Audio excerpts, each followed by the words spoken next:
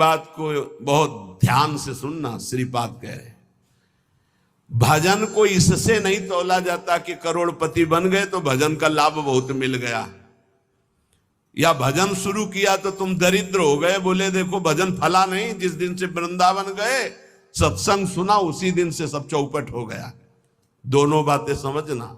महारंकत्वे वा परम विभवे सिंगे पे है। अगर रसिकों के संग का रंग चढ़ेगा तभी इस मार्ग में चल सकते हो, नहीं तो फिसलन ही फिसलन है। महारंकत्व हो सकता है जिस दिन से भजन शुरू करो उस दिन से शुरू हो जाए तुम्हारा पाप का संयोग जो पूर्व जमा हुआ है, क्योंकि नष्ट होकर अब तुम्हें भगवत प्राप्ति करानी है। कल एक साधक भारी रोग से ग्रसित, और वो बोला कि हमें लगता है कोई वैष्णव अपराध बन गया। क्यों? नहीं, ये शरीर में। अरे बावरेपन में हम कह रहे शरीर रोग से ग्रसित है तो बुद्धि को तो स्वस्थ रख ले। बुद्धि रोगी हो गई तो शरीर स्वस्थ होने पर भी महान नरक जैसा उसको दिन और रात व्यतीत होता है, नारकी भोगों का चिंतन करते हुए। कोई अपराध तब बनता है जब अहंकार होता है, ध्यान रखना। और तुम जो सब शरणागत हो, रोज ऐसा मंजना लगता है कि तुम्हारे अहंकार चढ़ पाएगा। रोज बर्तन मांजा जाए तो चाहे जितना गंदा हो एक दिन चमकने लगता है। ये सत्संग भाग भर मत जाना, पक्का समझना। जितने बैठे हो अनुभव कर लेना, जहां कमजोरी है यही लगेगा सिर्फ मेरे लिए बोला जा रहा है। और सत्य मानना, ये सत्संग है, ये सार्वजनिक भगवदानंद के लिए किसी व्यक्ति का लक्ष्य करके नहीं, सार्वजनिक सार्वभौम सत्संग होता है। शरीर का रोगों से ग्रसित हो जाना या कोई विपत्ति आ जाना ये हमारे पूर्व अपराध का है, पूर्व पाप का है। वर्तमान में यदि वैष्णव अपराध होगा तो शारीरिक दंड नहीं मानसिक दंड होगा। क्या? आपका भजन रोक दिया जाएगा। तत्कालिक आप बहुत शुद्ध वैष्णव पवित्र हृदय के हैं, अगर कोई त्रुटि हो गई तो तत्कालिक दंड मिलता है। खोपड़ी दीवाल में लग गई, चबेटा लग गया, दांत से जबान कट गई, अचानक कोई ऐसी घटना घट गई, थोड़ी मोड़ी चोट, ऐसा असाध्य रोगों का सृजन पूर्व शरीर रचने के पहले ही होता है, जो पूर्व पाप से है। आज हम भजन कर रहे हैं लेकिन पूर्व पाप रचित इसमें जो सृजन किया गया रोग वो पहले का है, आज से थोड़ी उत्पन्न हुआ है। तो साधक को बहुत विवेकवान रहना चाहिए, नहीं तो अब हमारा शरीर अस्वस्थ और बुद्धि अस्वस्थ, यही मूर्खता नहीं। शरीर स्वस्थ और बुद्धि स्वस्थ है तो हम परमानंद में मगन ठिंगे पे रखा है। हमारी बात को समझना। हमारी बुद्धि भगवदाकार है तो पूरे शरीर में कीड़ा पड़े हो, गलता लगाओ तो कुछ फर्क नहीं है। और बुद्धि विषयाकार है तो चाहे एसी में बैठे हो जलोगे, देखा है। इन समस्याओं का समाधान करने के लिए ही अध्यात्म है, रुपया नहीं है, पद नहीं है। समस्त समस्याओं का समाधान अध्यात्म से होता है, विवेक से होता है। ध्यान दीजिए, परमार्थ पे चल रहे हो तो महारंकत्वे वा परम विभवे, हमारे कदम नहीं रुकेंगे। चाहे हमें ऐसी परिस्थिति दे दी जाए कि भोजन के लिए भी तरसने लगे, और चाहे परम विभवे, ऐसा होता है। ये ना सोचे दोनों बातें होती हैं। एक है चक्रवर्ती सम्राट अम्बरीश जी महाभागवत, और दूसरे चीदर चिदरानी जी महाभागवत, जिनके यहां आती थी पीपाजी सीता सहचरी आते तो अंदर जाकर अपनी पत्नी से कहते कि आज तो बहुत बड़ा अनर्थ हो जाएगा। उनका क्यों भगवान? बोले बहुत बड़े संत अतिथि आए और आज हमारे पास कुछ नहीं है। जरा विचार करना, उनके घर में दरवाजे और खिड़की भी नहीं रह गई थी। क्यों? संत आते तो खिड़की बेचे आए, 4 मुट्ठी चावल उबाल कर उनको पवा दिए, दरवाजा बेचे। मिट्टी का पात्र था जिसमें रसोई अमनिया करते थे, कुछ नहीं रह गया था जो बेचा जा सके। एक वस्त्र शरीर में था चिदरानी जी के। उन्होंने कहा भगवान अतिथि भूखा नहीं जाएगा। पढ़ के देख लो भक्तमाल जी में श्री नाभा जी ने चरित्र लिखा, जो दिव्य दृष्टि संपन्न महापुरुष। दोस्तों क्या आपके MS ऑफिस सॉफ्टवेयर के अंदर ये वाला कहा कैसे? बोले वस्त्र है ना कुछ तो बिक ही जाएगा, तो अतिथि को कुछ ना कुछ 4 मुट्ठी चना ही मिल जाएगा। अतिथि तो भूखा नहीं जाएगा, संत तो भूखे नहीं जाएंगे। और महाभागवत जिनके दर्शन करने द्वारिकाधीश के दिव्य दर्शन करके सीता सहचरी और पीपा जी आ रहे हैं, उनके दर्शन करने के लिए भी सीधे वस्त्र नहीं, एक ही वस्त्र था चिदरानी जी के, उतार के दे दिया। बेचा जाके जो कुछ बिका, जो कुछ भी रूखा सूखा पत्तल में लगाया और बाहर पीपा जी सीता सहचरी के सामने पाओ भगवान। वो समझ गई, इससे महारानी थी बहुत प्रवीण, समझ गई कि भोजन देख के समझ गई कि स्थिति क्या, घर देख के उनकी वेशभूषा। तो उनका कहा कि भक्तानी जी को भी बुलाओ, चारों बैठ कर पाते जो भी है। वहां नहीं आप पाइए, वो तो रसोई में है। तो उनका फिर क्या होता, मैं रसोई से लिवा लाती हूं। अब उनको अगर पीपा जी कहते तो शायद चीदर जी कहते कि आप रुक जाओ, लेकिन सीता सहचरी जी तो सीधे रसोई में गई तो दिगंबर बैठी थी, समझ गए देखते।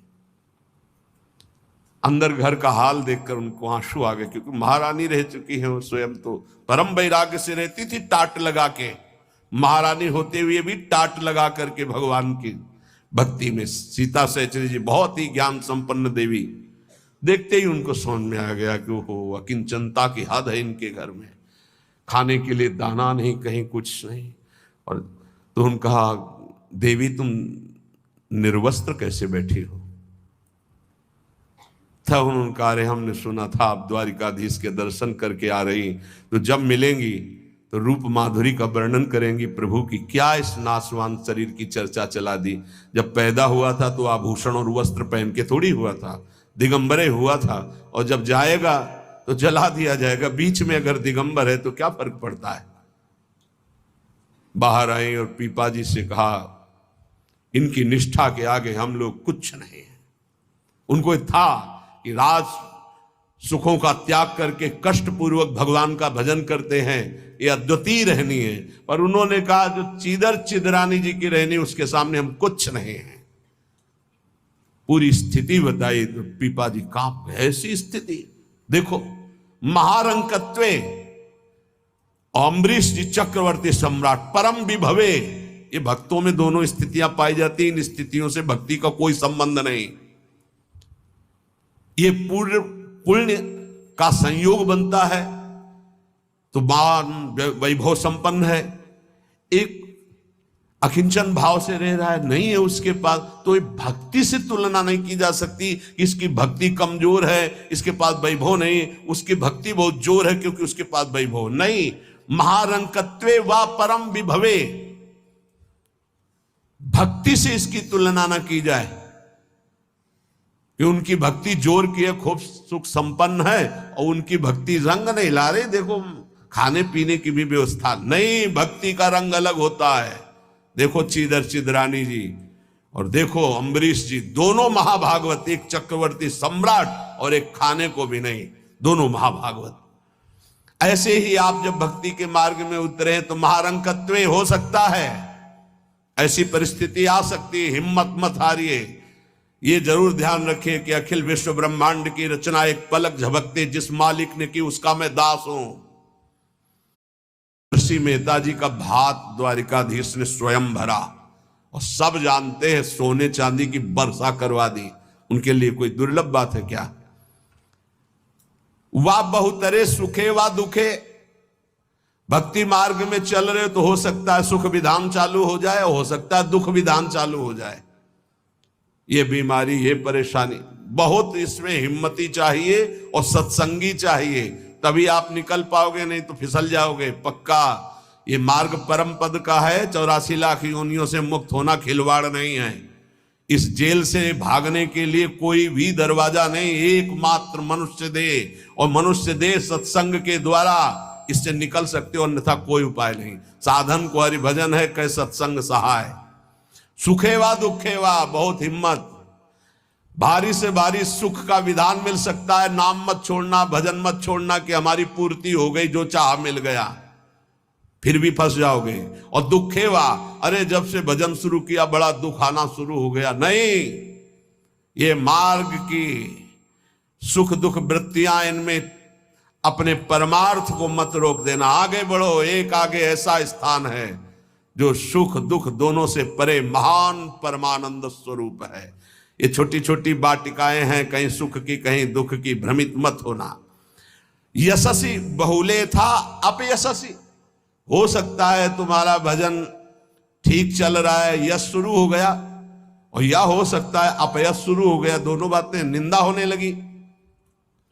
तो यश होने लगे तो उसमें खुशी नहीं मनानी, और अपयश होने लगे तो दुखी नहीं होना। वैसे अच्छी बात यह है कि अपयश होने लगे तब खुशी होना चाहिए। बड़ी कृपा हरि की, अब कोई प्रणाम करने नहीं आएगा। राधे श्याम जी धर्म मनावे चले जाओ, कोई नहीं देखेगा। जब कबीरदास जी ने देखा कि बहुत यश हो रहा है, तो संतों की युक्तियां होती हैं। काशी की एक वैश्या के पास गए, वैश्या ने देखा कबीरदास जी आए, खड़े हो गए, प्रणाम किया। महाराज पहली प्रार्थना कि आप जल्दी यहां से निकल जाओ। उनका क्यों? अरे बोले इस गली में खड़े होने का मतलब है कि निंदा होना। आप महान संत हैं, आप यहाँ खड़े भी होंगे तो आपकी निंदा। हम बोले वही करवाने के लिए आए, हम निंदा करवाने के लिए आए, आप हमारा साथ देंगी? उनका भगवान आप आज्ञा करें, भला मैं नीच आपकी क्या सेवा कर सकती हूँ? बोले गले में हाथ डाल के पूरी काशी में घूमना है। बोले महाराज कोई पानी नहीं पूछेगा आपको। बोले यही चाहते हैं। बोले भी जैसी आपकी इच्छा। गंगा जल भरा, थोड़ा रंग वंग डाल के, एक हाथ में गंगा जल की बोतल, दूसरे हाथ में वैश्या। अरे बोले देखो देखो, दूसरे दिन से कबीरदास जी की कुटिया शांत, कोई प्रणाम नमस्कार नहीं। अरे हम जानते थे, कुछ तो कहते हम जानते थे पहले से, असलियत तो यही है। और कुछ कहते यार कुछ तो गड़बड़ है, ऐसे महात्मा तो नहीं है। फिर भी जो कुछ श्रद्धा रखते थे वो इस बात से नहीं गए कि ठीक है अच्छे हैं पर ऐसा कैसे कर सकते हैं, छोड़ो यार। वहां कोई प्रणाम नहीं, बड़े चैन से भजन करने लगे। युक्तियां संतों की होती, पर वो युक्ति सिद्ध ही करे, जीना मुश्किल हो जाएगा अगर हिम्मत नहीं है, भगवत प्राप्त नहीं है। सिद्धों की बात है, उपद्रव न करे कि अब हम भी कुछ थोड़ा ऐसा कर, पिट जाओगे। हाँ हाँ, सिद्धों की बात अलग है। फिर राजा को अश्रद्धा हुई तो चमत्कार भी उनके जीवन में था ऐसा कि दिखाया, होश उड़ गए। तो कहा भगवान वो, बोले वो जन साधारण की आंखों में धूल डालने के लिए बहुत एकत्रित हो गए, भजन में बड़ा विघ्न पड़ने लगा। यशस्वी बहुले था अपयशस्वी। देख लो भक्ति का मार्ग, आप खिलवाड़ मत समझो।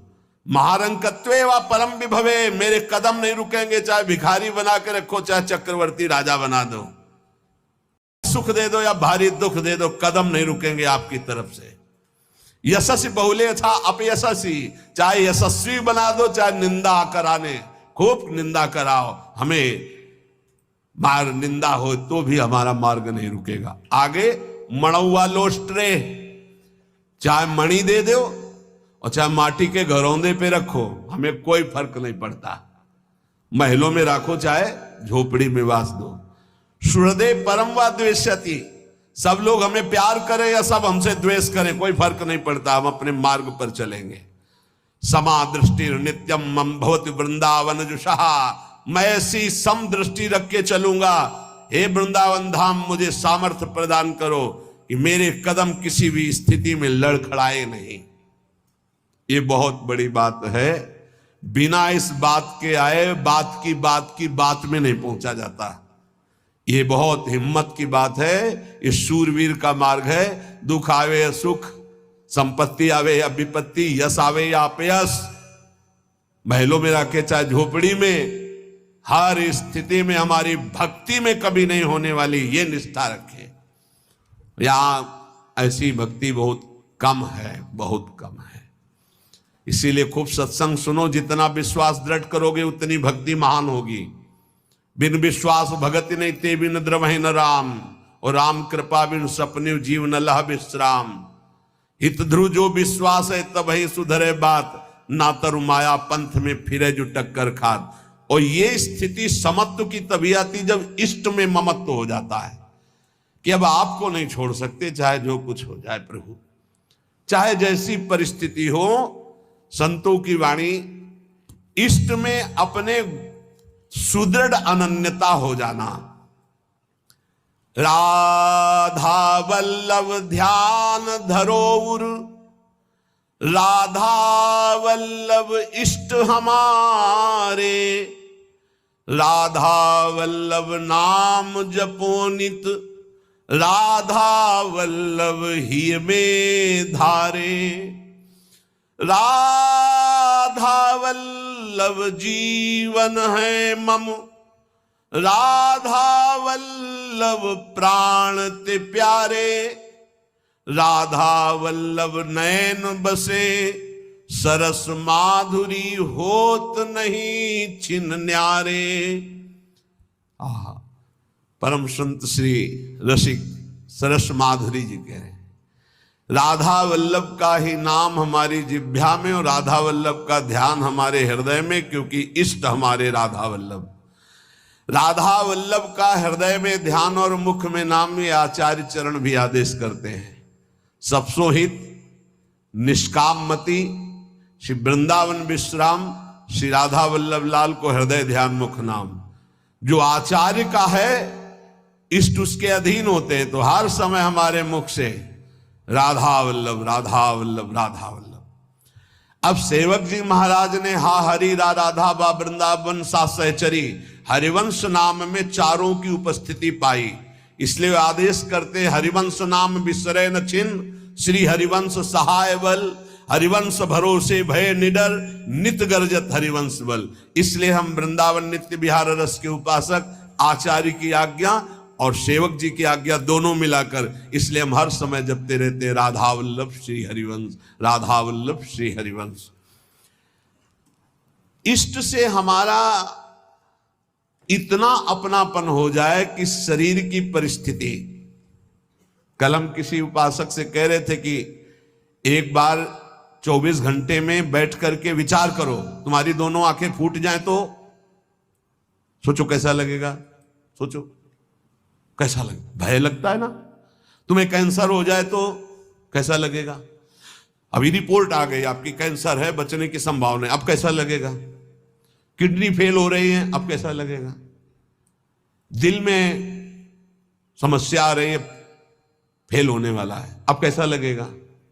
वो पहले ही सोच लो, पहले तैयारी कर लो, तो जब रिपोर्ट कभी आएगी तो तुम पहले ही तैयार रहोगे। और जब ये सोचोगे तो प्रियालाल से अपनापन जल्दी हो जाएगा कि यार सब धोखे का शरीर कभी छूट सकता है।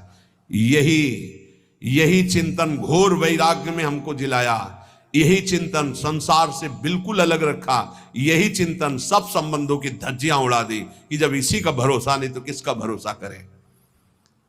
क्योंकि ऐसे तो उपासक को बहुत मगन होकर साधन में लगते देखते हैं, जब शरीर बीमार होता है तब जो चेहरे का रंग उतरता है वो हमें अच्छा नहीं लगता है। बहादुर होके मरने के लिए नहीं आए हो क्या। वृंदावन काहे के लिए आए हो। यहां जानते हो काहे के लिए आया जाता है। यहां मरने के लिए आया जाता है। मन मरा तन मरा सब मरने के लिए। मनई मारी तनहारी के वृंदावन में गाज। यहां चिदानंद रूप में हमें स्थित होना है, जिसमें कोई जुकाम बुखार किडनी लीवर है ही नहीं।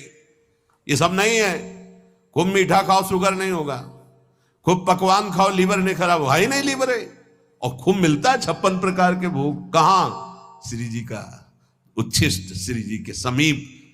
अरे तभी तो कह रहे खूब नाम जप करो। ये तो बहुत घटिया शरीर है, बहुत घटिया शरीर है? और ऊपर से मार इसे सजाए हो, नहीं सजाए, इतना गंदा है। हम इसलिए कह रहे इसे थोड़ा वैराग्य धारण करो। कौन सा बढ़िया है, कौन सा बढ़िया इसमें क्या है इस शरीर में जो बहुत प्यार कर रहे हो। बस चमड़ी का ऊपर खेल है। तो अज्ञानी पुरुष चमड़ी से प्यार करता है, ज्ञानी पुरुष तो तत्व से प्यार करता है। शरीर बीमार हो गया तो तुम बीमार हो गए क्या भैया, पर चेहरा उतर जाता है, ये हमको अच्छा नहीं लगता। चेहरा प्रसन्न होना चाहिए कि अब जाने का नंबर आ रहा है, खुशी होनी चाहिए। जैसे नौ विवाहिता और गमन हो रहा है उसका अपने पति से मिलन के लिए, तो कैसा अपने परिवार का थोड़ा वियोग तो होता है, रोते माँ से बकाया अंदर बड़ी खुशी रहती है। हाँ, यद्यप हम सबको बहुत प्यार करते हैं, रोएंगे नहीं, हमारा भाव खराब हो जाएगा। हमारा रोना श्री जी के लिए होगा। जब उपासक को देखते कि अमुक रोग और चेहरा उतर गया तो लगता है कि नहीं यार, सिंह का बच्चा नहीं है। नहीं यार, फांसी का भी अवसर आने पर हमारे देशवासियों ने जय हिंद बोलकर फांसी चढ़ाई है देशभक्ति में। फिर तुम श्यामा श्याम के भक्त हो, शरीर रोगी हो गया तो मुस्कुराओ, उछलो उछलो, नाचो बाके कि जाना है श्री जी के पास यार। अब तो हमें लगता है सर्टिफिकेट बढ़िया बन, बोले कैंसर ठीक हो गया तो उदास हो जाओ, पास रोक दिया गया क्या कुछ दिनों के लिए? हम तो सोच रहे थे जल्दी मिलेंगे। ऐसा ही होना चाहिए, जब रोग बढ़े और जाने की बात आवे तो खुशी मनावे कि श्री जी के पास जाना है। लेकिन श्री जी के पास जाने के तो तुमने सोचा ही नहीं था, इसीलिए तुम उदास हो गए। इस सत्संग को समझो, रोज अपने अंदर कोई ना कोई विचार करो कि अगर किडनी फेल हो गई तो, अगर दिल फेल हो गया, ये सब फेल होने वाले हैं तो तुम्हारा दिमाग सही रहेगा। नारायण स्वामी कहते हैं जो दो को याद करता है वो आगे बढ़ जाता है। एक तो श्री भगवान को मत भूलो, दूसरे मृत्यु को मत भूलो। मरना है, काहे को पाप कर रहे हो, काहे को उद्दंडता कर रहे हो, अधर्म आचरण कर रहे हो, जाना है यहां से। तो हम सब उपासक से प्रार्थना करते हैं, पहले ये बताओ कि भगवत मार्ग में जाने के लिए आए हो या रहने के लिए? जाने के लिए आए हो ना। कहां? श्री जी के पास। तो अगर बुलावा कैंसर रूप में आए तो उदास क्यों हो रहे हो? कैंसर सर्टिफिकेट है श्री जी से मिलने की, किडनी फेल सर्टिफिकेट है। ऐसा नहीं, सिंह के कभी सिंहार नहीं पैदा होते। भगवत मार्ग के साधकों के अंदर कभी एक कायरता, मृत्यु का भय नहीं आता। मृत्यु का भय रोग आते ही तुम्हारे को भयभीत कर देगा कि हे अब तो क्या होगा। अरे अब वही होगा जो हम चाह रहे थे, अब श्री जी मिलेंगी पक्का। मस्ती छानी चाहिए, नाचना चाहिए श्री जी के पास। श्री जी से प्रेम नहीं है, शरीर से प्रेम है, सच्ची मानना। और ये हो गया रोगी तो अब चेहरा उदास हो गया, क्यों? क्योंकि गया हमारा सुख, यही सुख था हमारा। इसीलिए रोज सत्संग में कह रहे ये कुछ नहीं है, ये मलमूत्र का भांड है, इसमें कुछ प्यार मत करो, कहीं सुख नहीं है, केवल तुम्हें पागल बना रही माया, पागल समय नष्ट करवाया जा रहा है, तुम्हारा भगवत चिंतन छुड़ाया जा रहा है। तो देख के मुस्कुरा दिया, पूरा चिंतन गया। और हमारी श्री जी मुस्कुरा रही, तुम्हें उधर नहीं दिखाई दे रहा है? आवत सी वृषभानु दुलारी, रूप राशि चतुर शिरोमणि, अंग अंग सु बुद्धि मारी गई सारी। हाँ, पांच भौतिक शरीर मुस्कुरा रहे, उनकी मुस्कुराहट में अभी तो अप्सरा ले उतरी। विचार करो, देवलोक भूलोक रसातल, सुन कवि कुल मत डरिए, सहज माधुरी अंग अंग की कह कासो पट दे। जिनकी मुस्कुराहट में लाल, वो हमारी स्वामिनी हो यार। ऐसी श्री जी के शरणागत होकर किसी की मुस्कुराहट, त्रिभुवन में कोई पैदा नहीं हुआ कि मुस्कुराहट हमारी श्री जी की प्रभाव जो डालती उससे कोई अलग प्रभाव डाल सके। क्यों आपको डालती? क्योंकि श्यामा श्याम की अनन्यता नहीं। गावे श्यामा श्याम को, ध्यावे श्यामा श्याम, तो निरखे श्यामा श्याम को, बस यही हमारो काम। कुछ कठिन नहीं है श्यामा श्याम से मिलना, सच्ची बात कह रहा हूं, हृदय की बात कह रहा हूं। बस इनके सिवा कोई हमारा ना हो तो जल्दी मिल जाए, पर इनके सिवा और जो कोई है हटा नहीं पा रहे, नहीं हटा पा रहे। लग लो कब तक तुम्हारा संग कौन देता देखते हैं। मात तात सुतदार देह में मति अरुझे मति मंदा, हित किशोर को है चकोर तू लख वृंदावन चंदा। कोई तुम्हारा नहीं प्यारे। जिस दिन हृदय में आ जाएगा श्यामा श्याम के सिवा कोई नहीं है, तो सच्ची मानिए ये गलवैयां दिए मुस्कुराते आपको आकाश में देखोगे तो आकाश में, धरती में देखोगे तो धरती में, दसों दिशाओं में जिधर दृष्टि जाएगी यही आएगा, निहाल हो जाओगे। बहुत रिझवार ठाकुर है जुगल सरकार, बहुत रिझवार। ये जो हम बोल रहे हैं ना, पक्की बात समझ, बहुत रिझवार हैं पर आपका कोई है इसीलिए वो सामने नहीं आ रहे। जिस दिन आपके हृदय में ये कोई नहीं होगा उसी दिन, हाँ, यह जोरी अविचल वृंदावन ना ही नान सो काज। बोले गावे श्यामा श्याम को, ध्यावे श्यामा श्याम। श्यामा श्याम कैसे बसे होते हैं? यही है, बिल्कुल यही है। बस तुम्हें दिखाई इसलिए नहीं दे रहे कि तुम्हारा कोई हृदय में और है। नहीं, जैसे ये कैमरा खड़ा है ना, देखो जुगल कैमरा खड़ा है, ऐसे गलवैया धारे खड़े हैं, तुम्हें कैमरा नजर आएगा और यहीं वो खड़े हैं। बस अपनापन केवल उनसे हो, सच्ची माने, वो देख देख के मुस्कुरा रहे हैं। बस ये जरूर है कि तुम्हारे ऊपर कृपा दृष्टि हो चुकी है, बस तुम अपनी कृपा कर लो। इनके सिवा किसी को अपना मत मानो, बहुत जल्दी दर्शन हो जाएंगे, बहुत जल्दी। जिस समय जीव के हृदय में केवल ये, बस आपके सिवा कोई, उनको समझाने की जरूरत नहीं, सफाई देने की जरूरत नहीं, वो इंतजार कर रहे हैं केवल इसी बात का कि संत संग से, गुरु कृपा से तुम सब संबंधों का, सबकी ममता ताक बटोरी, मम पद मन ही बांधी बरडोरी। बस केवल इतनी साधना है, बहुत जल्दी लाभ प्राप्त हो जाएगा, बहुत जल्दी। ओ ध्यावे श्यामा श्याम, तो निरखें श्यामा श्याम को, यही हमारो काम, यही हमारो काम। नाम दंपति लो लागी, निज सेवा सुख रंग महल लीला अनुरागी। सरस माधुरी रंग रंगे, मदमाते डोले, और मिले रसिक सजाती संग खोल, अंतर ते मृदु बोले। अगर सजाती रसिक जन मिल जाए तो प्रेमी जनों का हृदय खुलकर उनको प्रेम रस में डुबोता है। नहीं तो रात दिन अपने श्यामा श्याम का गायन, उन्हीं में चित्त को डुबोना। अब जो भजन नहीं कर रहे, संसार के राग रंग में मगन है, भोगों में, उनको ये समझना चाहिए कि ये ना भोग रहेंगे ना आपका शरीर रहेगा। बार बार इसीलिए समझा रहे कि यही हमारी भगवत विमुक्ता श्यामा श्याम के सम्मुख नहीं होने दे रही।